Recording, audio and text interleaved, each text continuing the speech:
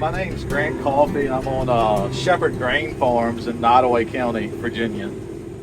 We're sitting on right at 3,000. Split that between corn and soybeans, and usually have somewhat close to 1,000 acres of winter crops. Pigweed is our biggest issue right now.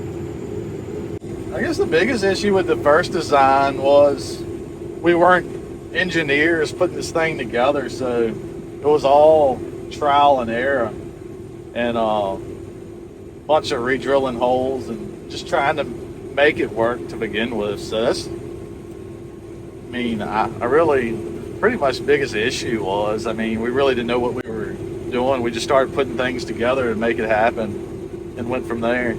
From when we took it off the end of last year, from when we would put it back on, we really hadn't made any changes at all.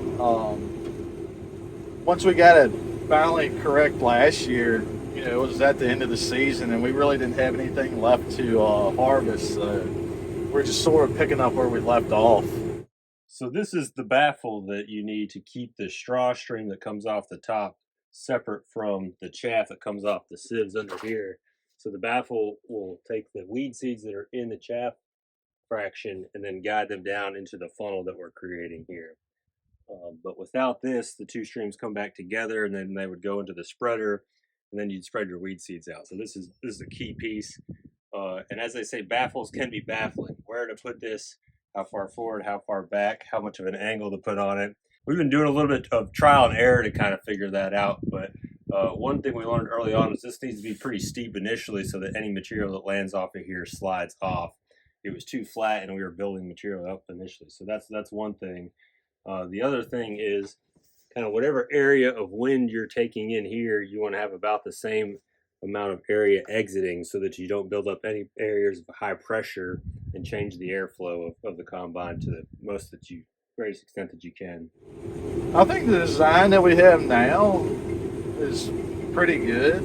Only changes I guess we would make is getting somebody to actually fabricate it out of steel or metal and having it easier to take on and off for picking different crops. It didn't take us a half a day to fabricate what we thought was right the first time. Then we would combine an acre or two, then change something, then do that again. We probably changed it 10 times. We just used scrap farm material that's laying around, old conveyor belts or sheet metal or whatever we had laying around the barn that we wasn't using. Not so far.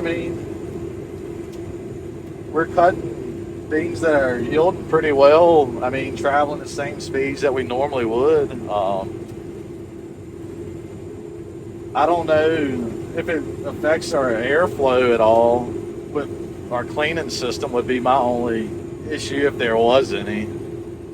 I think there could be concerns if you came straight in behind the combine planting, but letting the chaff line overwinter, planting full season crops on it next year, it won't be an issue at all.